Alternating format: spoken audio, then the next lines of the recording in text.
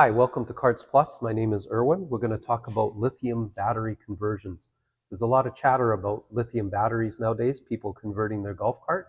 And today we have a work cart here from a local customer. And the goal here is to get rid of these lead acid batteries, which deteriorate about every 5 years or so and cost several $1,000s.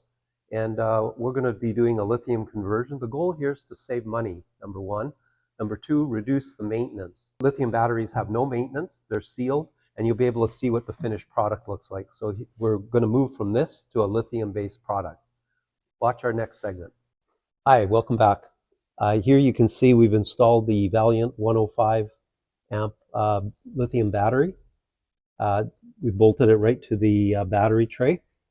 We've also installed an external state of charge meter, and we've also installed a voltage converter. So we take the total 48 volts that the cart's producing and convert it back to 12 volts to run all the accessories in the cart.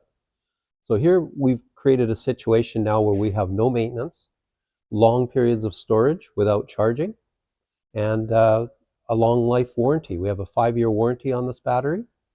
And the other thing is you don't have to fill any fluids or anything, so therefore you're not going to make a mess on your garage floor.